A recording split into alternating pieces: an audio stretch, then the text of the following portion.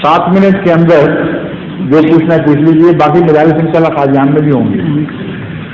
حضور میرا نام عاشق حسین ہے، میں کشمیر کا رہنے والا ہوں. جی. مجھے میرے عزیز دوست تنویر احمد خان صاحب اور مولوی نیاز آپ صاحب نے ملاقات کے بعد بتایا تھا کہ آپ زیر تبلیغ ہیں، دعا کروں. ہاں وہی ہیں آپ. میں ایک سوال عرض کرنا چاہتا ہوں، جہاد کس سے کہتے ہیں اور جہاد کی کتنی قسمیں ہیں؟ جہاد کی اول قسم تو وہ ہے جس کو قرآن کریم نے اس آیت میں بیان فرمایا، وَجَاهِدْهُمْ بِهِ جِهَادًا كَبِيرًا، کہ قرآن کے ذریعے جہاد کبیر کرو. تو جہاد کبیر یہ سب سے بڑا عظیم جہاد جو ہے وہ قرآن کریم کی تعلیم کو دنیا میں پھیلانا ہے. جہاد صغیر اس کے مقابل پر نمبر 2 درجے کا نفس کا جہاد ہے، اور وہ بھی ظاہری تلوار کے جہاد سے افضل ہے. نمبر 3 درجے کا جہاد وہ ہے جبکہ مذہب کے اختلاف کے نتیجے میں آپ پر کوئی دشمن تلوار اٹھائے اور آپ مجبور ہو جائیں تلوار سے اس کا جواب دینے پر، یہ بھی جہاد کی قسم میں داخل ہے. لیکن قرآن کریم نے جب پہلی دفعہ اجازت دی تو وہاں اس کو جہاد قرار نہیں دیا بلکہ قتال قرار دیا ہے. قتال چنانچہ سورہ جمعہ میں یہ آیت ہے جہاں پہلی دفعہ اجازت ملی ہے جس کو ہم جہاد سمجھتے ہیں، صرف جہاد جس سے بعض علماء سمجھتے ہیں، فرمایا وَأُذِنَ لِلَّذِينَ يُقَاتَلُونَ بِأَنَّهُمْ ظُلِمُوا وَإِنَّ اللَّهَ عَلَىٰ نَصْرِهِمْ لَقَدِيرٌ.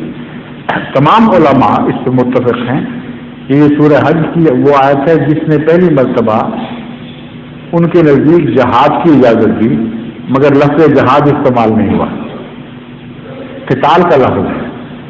فرمایا ان لوگوں کو مقابل پر تلوار اٹھانے کی اجازت دی گئی ہے جن کے خلاف دشمنوں نے پہلے سے تلوار اٹھا رکھی ہے،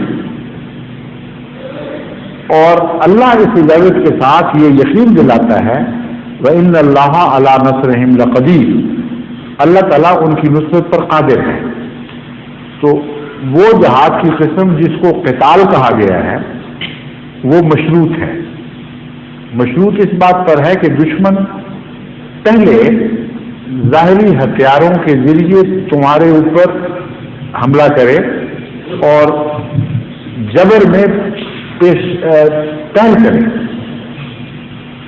ہر قسم کے جہاد میں بنیادی روح اور بنیادی فلسفہ انصاف کا ایک ہی ہے، اور وہ یہ ہے کہ دشمن جس ہتھیار سے تم پر حملہ آور ہوتا ہے تمہیں حق ہے کہ اسی ہتھیار کو اس کے خلاف استعمال کرو. اگر دشمن دلائل کے روح سے آتا ہے تو دلائل کے روح سے مقابلہ کرو. اگر دشمن نصائح کے ذریعے حملہ کرتا ہے بہتر نصائح کے ذریعے اس کو جواب دو. اگر دشمن تلوار اٹھاتا ہے تو قرآن کہتا ہے تمہارا بنیادی حق ہے کہ تلوار کے مقابلے پر تلوار اٹھاؤ. اس میں جہاد کی ساری قسمیں آ جاتی ہیں. لیکن بیچ کی قسم جو ہے نفس کے خلاف جہاد، اس کا ذکر رسول اللہ علیہ وسلم کی ایک حدیث میں ملتا ہے.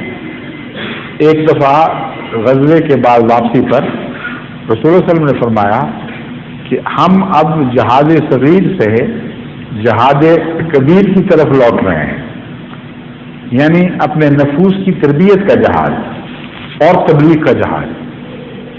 تو ان دونوں جہادوں کو اس حدیث نے تلوار کے جہاد سے افضل قرار دے دیا.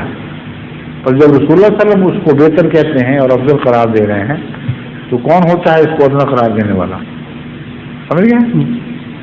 لیکن اصطلاح جہاد کی ان معنوں میں لازماً مذہبی اختلاف کے نتیجے پر رونما ہونے والی لڑائی پر صادق آئے گی. اس کا یہ مطلب نہیں کہ مسلمانوں کو دوسری لڑائیوں کی اجازت نہیں ہے، مگر دوسری لڑائیوں کو جہاد کہنے کا جو شوق چل رہا ہوا ہے یہ درست نہیں ہے. اس کی کوئی سند قرآن کریم میں نہیں ہے. بس اب کشمیر کا لفظ ہے، کشمیر کی لڑائی ہو رہی ہے، وہ ایک جنگ آزادی ہے، اس کا سیاسی ایک جواب پیش کیا جاتا ہے. اس کو دینی معنوں میں جہاد قرار دینا درست نہیں ہے. اس لیے وہ جہاد جو ہے وہ اور معنوں میں جہاد ہے. وہ رسول اللہ علیہ وسلم کی ایک حدیث ہے جس کا اطلاق دراصل دنیا کے ہر انسان پر برابر ہوتا ہے, مسلمان غیر مسلم کا فرق نہیں. جو شخص اپنے حق کی حفاظت میں مارا جاتا ہے اس کو بھی ایک قسم کا شہید قرار دیا, جو شخص ڈوب جاتا ہے اس کو بھی شہید قرار دیا. تو اب ڈوب کر مرنے والے ہندو بھی ہیں, سکھ بھی ہیں, مسلمان بھی ہیں, عیسائی بھی ہیں, فاسق فاجر مسلمان بھی ہیں, ڈوب کے مرتے ہیں, وہ سارے شہید ہو جاتے ہیں. مطلب یہ ہے کہ ایک غیر معمولی ممتاز رنگ میں باقی موتوں سے الگ موت واقع ہوئی, اس لیے اس کو شہید کا لقب دے دیا گیا. مگر اصطلاح میں شہید وہ نہیں ہے, سمجھیں؟ اصطلاح میں وہی شہید ہے جو دین کی خاطر لڑتا ہے. بس جہاد بھی عمومی معنوں میں آپ کشمیر پر اطلاق کر دیں یا کسی راجپوتانے پر اطلاق کر دیں, یہ آپ کا ذوقی مسئلہ ہے.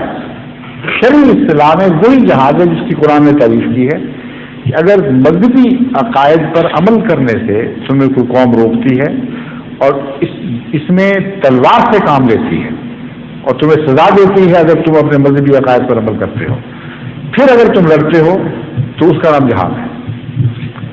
اور اس جہاد کی ایک پہچان رکھ دی, اس سے ہر کس و ناقص اس کو پہچان سکتا ہے. وہ یہ ہے وَإِنَّ اللَّهَ عَلَى نَصْرِهِمْ لَقَدِيرٌ. جس کو خدا جہاد کی اجازت دیتا ہے اسے غالب بھی کر کے دکھائے گا اللہ کے, کیونکہ اس کے پاس طاقت ہے. یہ شرط اگر پوری آتی ہے کہیں تو حق ہے کہ اس کو بے شک شمار کرو, خواہ وہ جہاد ہو یا نہ ہو, کچھ وجہ تو موجود ہے نا اس کو جہاد قرار دینے کی. اگر صادقی نہ آئے تو اس کو جہاد کیسے قرار دے سکتے ہو؟ ایک فلسطینی میرے پاس آئے بڑے جوشیلے, انہوں نے کہا کہ بتاؤ, ہمیں پتہ لگا تمہیں یہ کہتے ہو وہ کہتے ہو, بتاؤ فلسطین کا جہاد ہے کہ نہیں, آزادی فلسطین کا. میں نے کہا قرآن کی روح سے تو نہیں بنتا. بڑا اس کو طے شعارت تھے, وہ کہتے کیا مطلب کس طرح نہیں بنتا. میں نے کہا قرآن کریم نے جہاں جہاد کی اجازت دی تمہیں علم ہے؟ جہاں میں نے کہا سورہ حج کی یہ آیت ہے کہ نہیں. ساتھ ہی یہ فرمایا میں اجازت دیتا ہوں اس شرط اور اس وعدے کے ساتھ ان اللہ علی نصرہم لقدیر, خدا تمہیں کمزور دیکھتے ہوئے بھی تم سے وعدہ کرتا ہے کہ تمہیں ضرور فتح دے گا اور اس بات پر قادر ہے. میں نے کہا کتنے محاذوں میں تمہیں یہودیوں پر فتح حاصل ہوئی ہے بتاؤ؟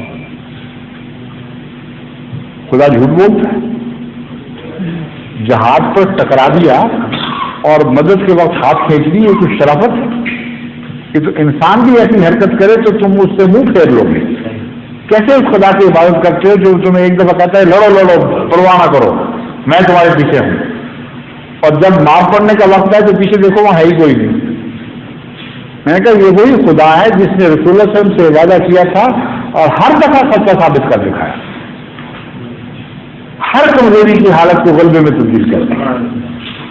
آپ کے غلام جب روما سے ٹکرائے ہیں تو اس پر بھی فتح حاصل ہے, جب کیسے وہ کس طرح کی طاقت سے ٹکرائے ہیں اس پر بھی فتح حاصل ہے.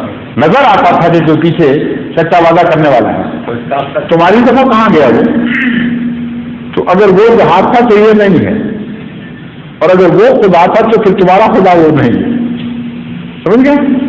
تو جہاد کی ایک ایسی تعریف قرآن نے کر دی جو دکھائی دیتی ہے صادق ہوتی آتی ہوئی. ایک اور سنائیں جی, ایک اور سنائیں. ہاں جی سمائیے. ظہور مہدی آخر زمان